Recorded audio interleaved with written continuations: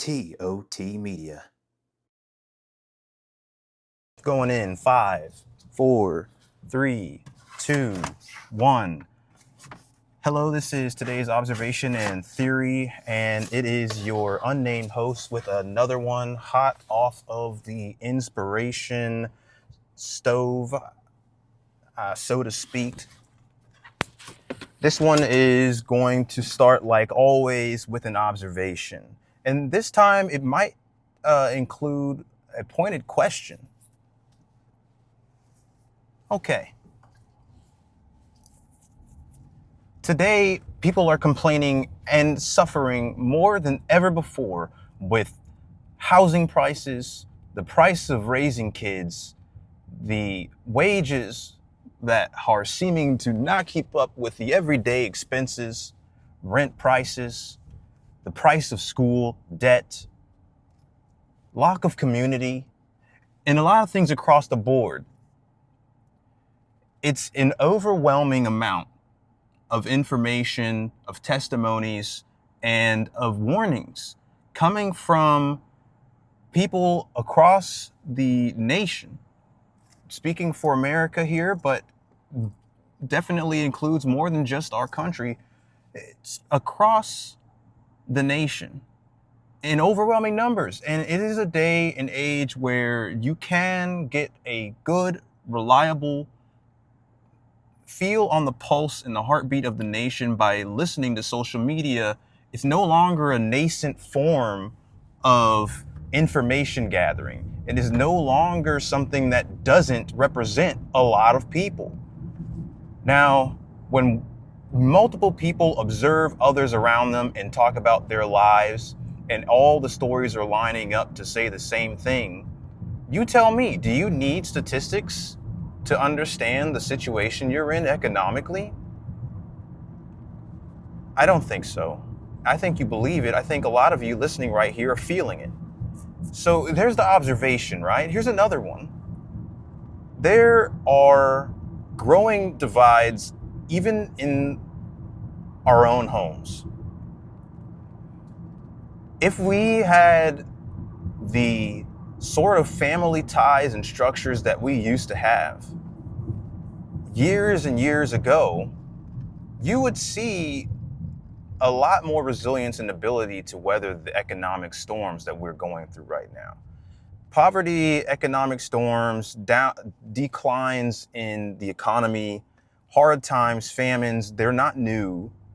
Nothing really is. And it's happened many times in the past, but the ability of one individual to weather that storm is drastically changed today because we are more individualistic and isolated than we ever have been as individuals, even within our own families. What am I saying, really? If you look to the model set through most of history and still held strongly in cultures today, especially immigrant cultures and minority cultures, in the Hispanic community and the Jewish community, perhaps more than anyone else, exemplifies this to great effect and success, the multi-generational model of family living. Okay, I'm now transitioning from the observation into a theory here. If you lived with your family and you were able to do that happily, and you did not have the stigmas and the social programming which told you that it is for some reason not what you want, you would be better off. People are already waking up to it and doing that now. It's just that the culture still has a stigma that is preventing people en masse from adopting this as not an exception, but as the norm. It doesn't matter how well you off are, it benefits you in multiple ways, in ways that you could not receive without living together with a good and well united family. It can't be done without the right sort of relationships and bonds among your family. It's tragic that a lot of families today don't have that. It takes work. It's also tragic that society and attitudes at large are dissuading and shaming people who are making a very practical and smart choice about what to do with their lives in order to weather the economic hardships and improve their lives.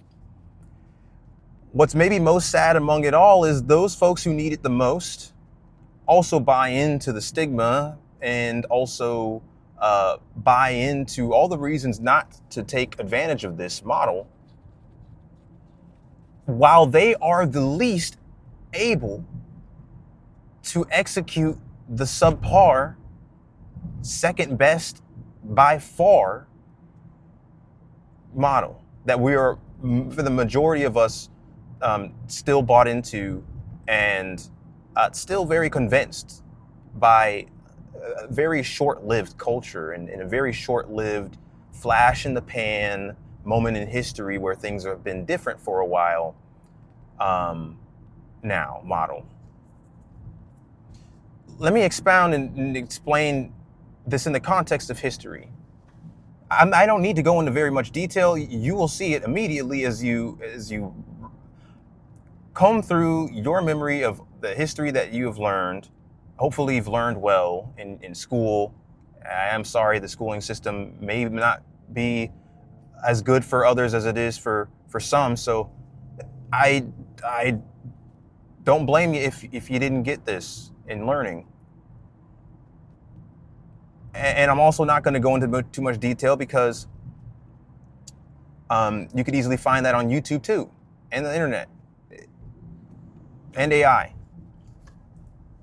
Multi-generational living is the standard model for family and human communities. Since the dawn of time, and then all the way up until, let's say, as we started to approach the back end, or maybe just beyond the Enlightenment, sometime around, if I was gonna guess, I would place it near the 18th century.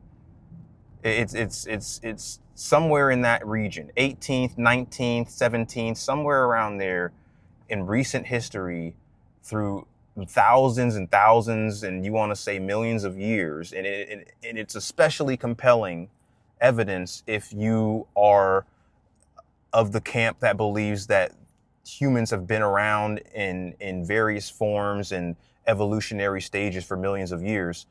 And then you look to other models of social animal behavior and why it works, you'd realize how stupid we've been to not recognize that we have only been enjoying a short-lived privileged moment in history where we just have had so much prosperity and so much wealth, and that we have had the ability to live in a more individualistic, anti-communal, anti-community, and pro-isolationist models, even within our own families. That's putting today and what we are seeing now in the context of history. A son living with the father, a daughter living with their parents, the grandparents in the home being cared for once they reach retirement. It all existed for a very long time before we had to come up with government provided replacements in the form of things like Social Security.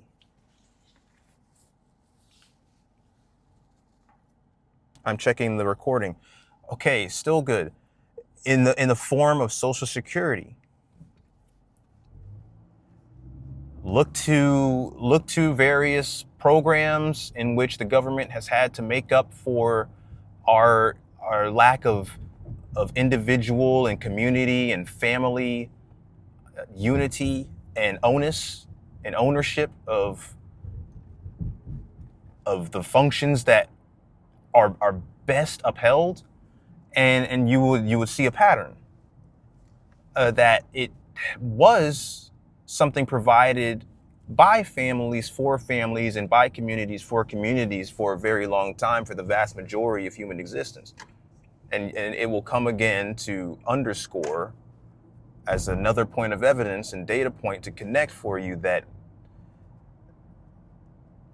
two or more points. One, again, flash in the pan, exception in time, which we've only been able to experience due to unprecedented prosperity, which is currently waning as we are entering a more polarized socioeconomic environment in which hardship is becoming more widespread and spreading across the middle class and not just the lower class.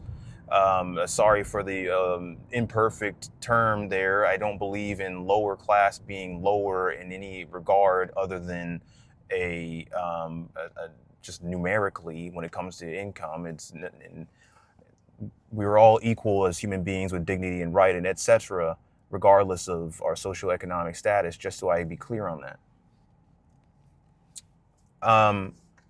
And beyond this, the second point, or the second thing you'd find, aside from it being a flash in the pan, is that I'll just leave it at the first point for now. I'll leave it at the first point for now, and we'll circle back to the second point, partially because I want to flesh that out a little more. All right, so there's our observation again. It's placed in context, in history. The attitudes towards it, hopefully also placed in context. The fact that we are in a point in time where people are already just returning to that model naturally is not something to look at and gawk at as unusual. It's not something to look at and feel as though it is a move backwards for the individual or for society as a whole in any way that is wrong. Instead, what it is choosing a stronger strategy for life. And let me lay out why it's a stronger strategy. And for this, give me a brief pause while I pull up these points.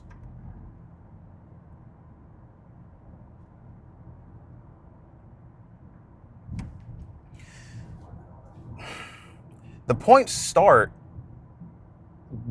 with really looking at what people are going through. Again, multiple people are making the choice not to get together, not to live with families, not to date, not to have kids, deciding whether or not they can afford to send their kids to school or if they have to find a way to homeschool. Suffering under the huge burden of a $2,000 a month payment just to get help watching their kid while they try to make ends meet. Who would want to have kids, and who would want to even take on the burden of debt for school in this impending situation? To bring school into it again, people are going into school with hope that they will be able to continue in the promise and in the trend of this exceptional period we've just started seeing the signs of a close to. And it may not be the close, but it is a fluctuation nonetheless, and it is real and it is already happening. And we're going to need to get through it with smart strategies and a clear mind about what we believe that is hurting us, like the belief that a multi-generational model of family living is anything but the strongest system to enable social and economic growth, ladder climbing, and more. So enough of the looking deeply into the intense pain of individuals and groups across the country. Here's again now what's solving that problem in the multi-generational model of living. Problems being solved. lack of time.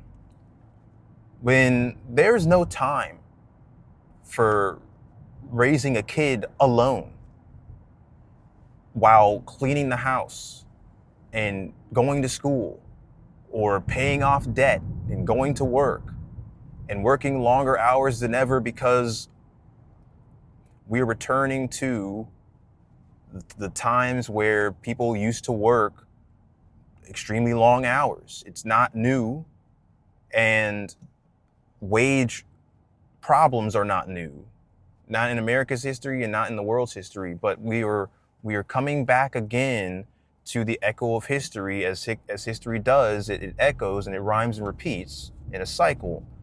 And when people don't have time anymore because we are entering that stage, it becomes more obvious that saving time or the loss of time is something we are accepting when we have kids. And it's fine.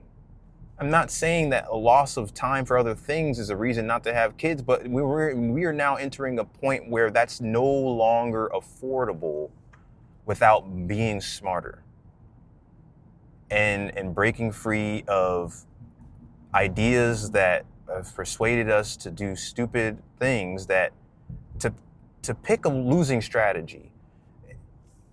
Basically playing NBA and deciding to take a player off of your team when everybody else is playing with 5 people, you're starting 5 or whatever, you decide to open the game with the starting 4.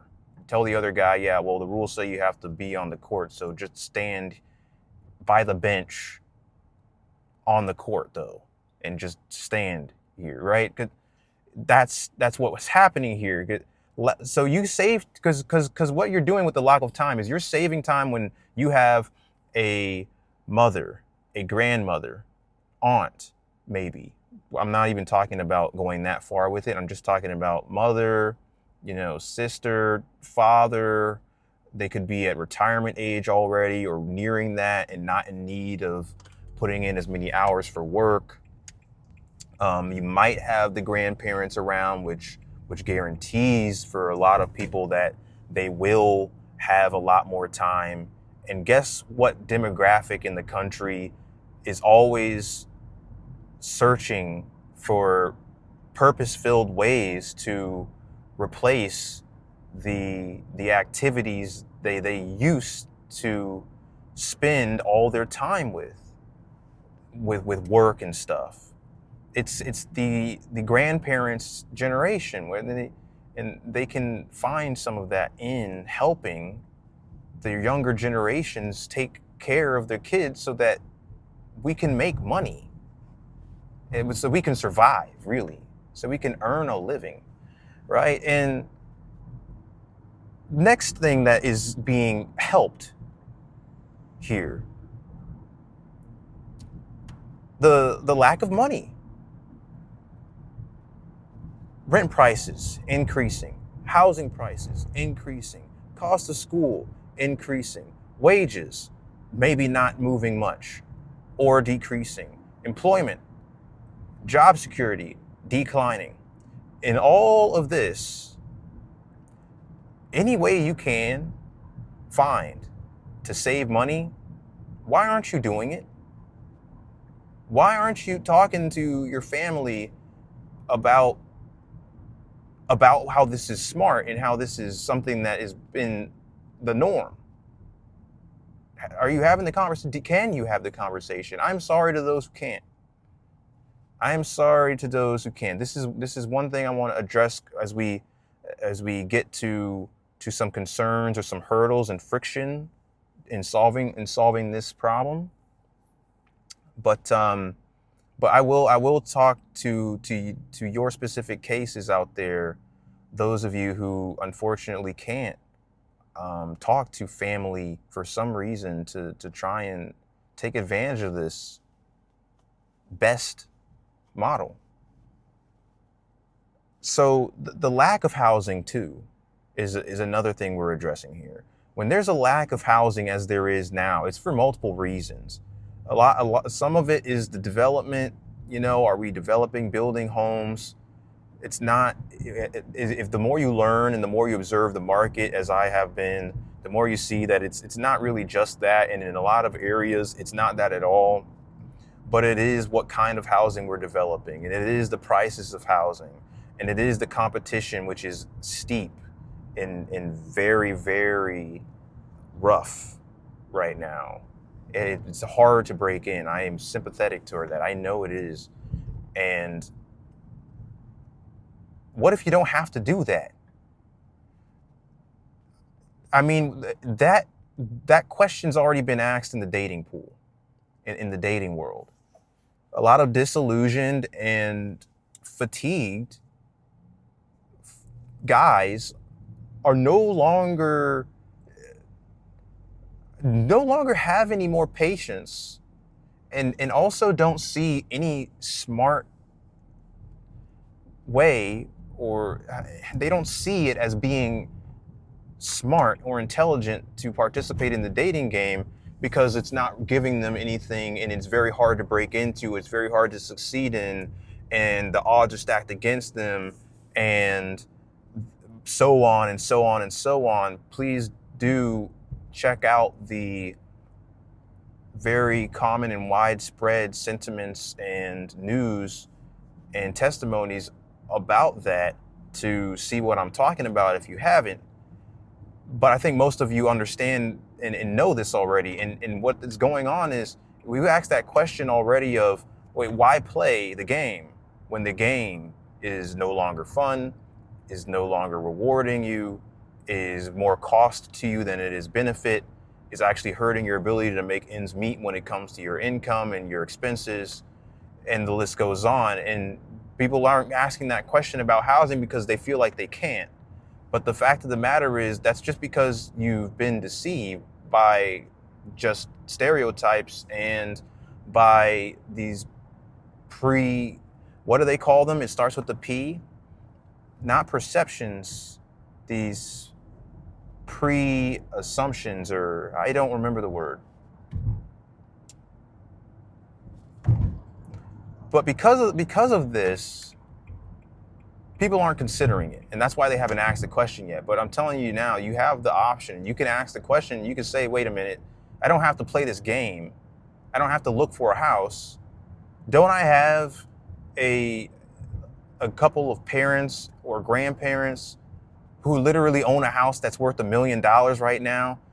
Everybody's complaining about the boomer generation having most of these homes that are like, bought for $20,000 and now they're $700,000. Well, isn't that your granddad? Like, isn't that your dad? Wait, so they're at retirement age, bored out of their minds, love their son, love their grandson, and they have housing and you don't, and you can't afford a place to live, and they're not willing to take you in? No, I don't think that's true. I think people just aren't looking at the obvious option in front of them. And there also are too many successful arguments that are stupid arguments that have really convinced people that they to not even think about the option. And beyond that, even if they do think about the option, they think of it the wrong way. So there's housing. Okay, what else do we solve? What else do we solve? Okay, we're moving on from the things we solve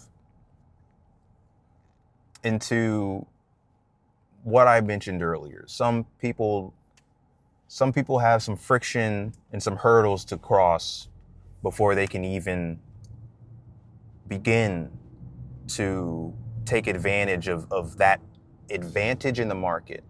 And it's important to call it an advantage, because no matter the time, even if it was 2000, even if it was the year 1990, 1980, anybody who wasn't doing this was accepting a socioeconomic handicap. because of all the things I already mentioned, like the ability to save, the ability to not have to spend that money on a house if the market was poor, the ability to invest that money elsewhere, to work longer, to have kids, and to be able to share the, the child care time among others who care just as much about your kids or almost as much as you do.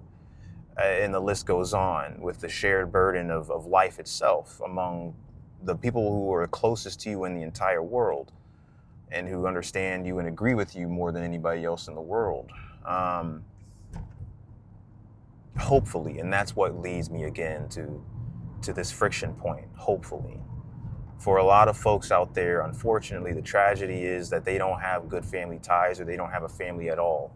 Now, I can't start yet to talk about the options for those who are bereaved of family entirely for some reason or another, like death of the family or never had one to an extent to begin with. But for those out there who have living and healthy and well-off family, who are well off enough, parents, grandparents, uncles, aunts, and for some reason you cannot come together with them and benefit their lives and elevate their socioeconomic position while also elevating your own and giving everybody involved that advantage. If y'all can't come together to do that, it's unfortunate, and it's because there's again growing divides among families, along political lines, along beliefs about child rearing caused by traumas growing up, as people's attitudes about what their rights are as kids or as adults and things like that seem to diverge, or for whatever reason, because you could say it's because of a growing softness or whatever may be, but for one reason or another,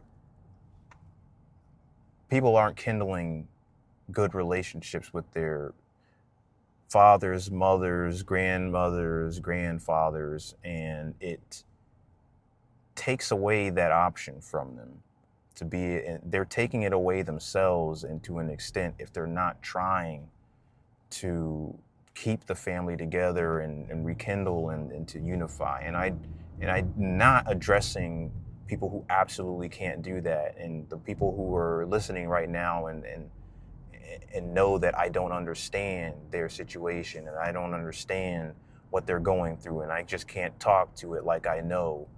I'm not trying to address you.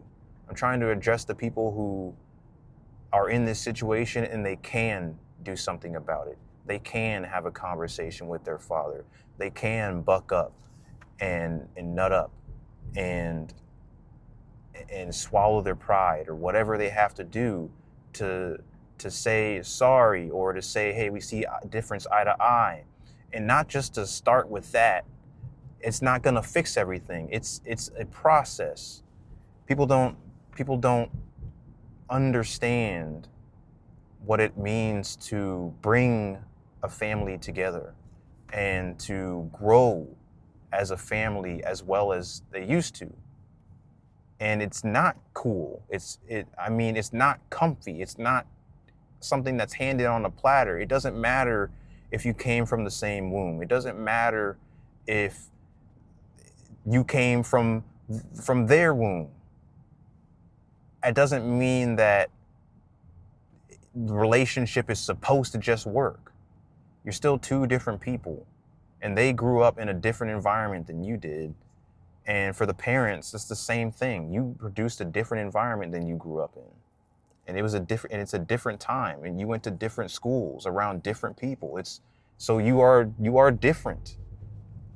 And anytime, it doesn't matter if it's family, people on the other side of the aisle, politics, you name it, it doesn't matter who. When you are different people, you're gonna have to get your hands dirty, roll up your sleeves, freaking have some patience, be resilient, and try, because you understand that the benefits to you and everybody else around you are greater together, and you suffer apart.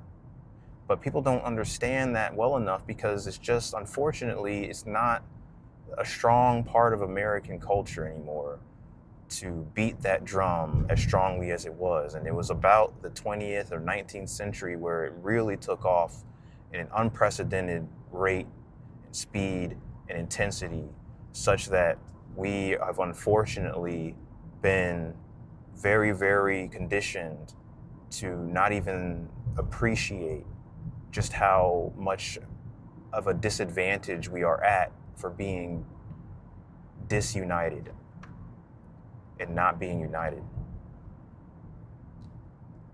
and to not understand what it means to unite. Look at Abraham Lincoln, a great unifier. When the nation was on the verge of splitting, that man rolled up his sleeves, he put his neck out there, he stuck his neck out, he did his very best, and he succeeded at keeping us from having the hell of somehow being a North and South, two different countries forever split in the way that, could have maybe gone the way North Korea and South Korea did. Heaven forbid that. Sorry to say it, but being in America is better than that, than being split that way, and to be constantly afraid of who's on the other side of the border because of it. Lincoln pulled that off with pain and getting his hands dirty and wiping the mouth of those who wanted to spit at him, and cleaning up the mess of those who were more infant than adult, and changing the diapers, and then getting them on their feet and getting them to walk. It's a process like that. And you can only do it if you understand that it's worth it. And you can only do it if it is worth it for you. And I argue that it is worth it for every single person to have that card at least in their hand. A lot of people discarded it. It's thrown in the trash. It's not okay. If you can do anything to get that back, if you can do anything at all, and it was a matter of life or death, what wouldn't you do? Economic death is a form of death. And beyond and before that, there are lesser forms of death, and there are levels and gradations of death. Death of community, death of belonging, death of purpose, death of family, death of child rearing and the birth rate, demographic decline. Death is already being experienced, and it is life or death. And before any more death is experienced in your life or in the life of others who hear this, make the right choice, and at the very least, acknowledge the advantages set before you as I laid them out. And then take a look at your current situation, and take a look at with the future that you're looking forward to, and compare it to what you could achieve if you instead adopt the standard of human living. And you can get a house when you are ready.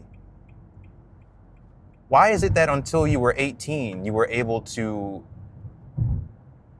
enjoy the security and the unity and the mutual support of living together as a family in one home in such a way that protected you from economic hardship and allowed you to save up enough money, and your parents and everybody else to save up enough money in order for you to advance yourself to another level of in the socioeconomic ladder through college, and it ends there. If it was so effective in that way, and they wouldn't cast you out because that you wouldn't be able to succeed prior to 18, and you would be at a severe, immense disadvantage, what's the difference now? It's not that different. You're just making an income now, but you're still in a position where it is a disadvantage and a handicap. And it is a lot better for everybody involved if people could support each other together in as many ways as possible, to include sharing a home. We talk about all the sharing that we can do to move into something else. The irony. Here's another justification. The irony. We talk about affordable living. We talk about giving people their basic human rights. We all talk about every single way that we are supposed to somehow help somebody we don't know make it in life by getting taxed to our eyeballs. We accept that. In another exceptional moment in history where exceptional in recent history. Exceptional moment in recent American history where we have been the most tolerant of the highest levels of taxes that we have experienced perhaps in all of the country's history. And we are thinking that model and that system is going to give people housing. That's not what's ironic. What's ironic is it's the heart of care for other people that enables us to do something like that. We care so much about other people, and we are persuaded by the leaders of our nations so much to care about other people that we are willing to get taxed like 20, 30%, whatever the amount of money is. When you add it all up together, all the taxes of income tax and sales tax and property tax and everything else like that, is it 30%? Is it higher?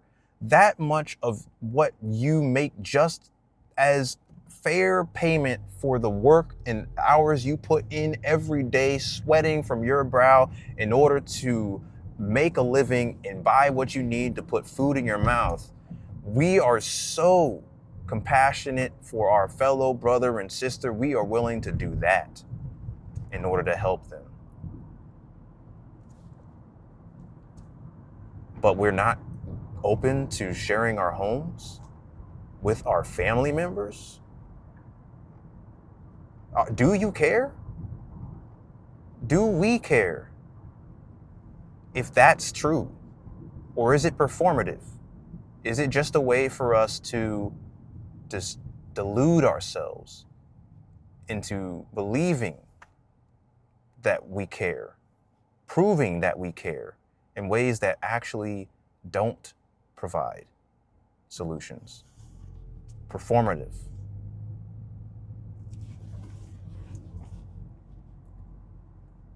No, I think people do care, but they didn't realize just how able they were in their own individual lives to do what they've been persuaded can only be done by other people. I hope that's true. I hope people care enough to start taking this on board and do something with this. I really do hope this frees up a lot more people to have arguments that support them, to be able to present why it is common sense and why it's stupid to talk down against. And if more beyond that, I hope it gives them the resilience and the strength of mind and character not to care if they even can persuade other people that they're right. When you're winning, it doesn't matter If people don't think you're winning, just win. Just put numbers on the board. Make money. They can complain or they can make fun, but at the end of the day, when the scoreboard is showing it's 100-20 at the end of the game, no overtime, and I don't think that you will care if they are still laughing at that point. I don't think you would care. So, I mean, it's funny, really.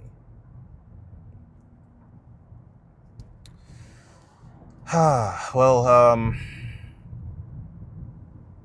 I think I'm gonna end it there. There's so much more to say. I really do care about this issue. It's not because I need it as badly as the people who might hear this. It's not, but it is because so many of you out there are dealing with this, and it's unfair to you how people have judged the options you've considered, or how you have been bereaved and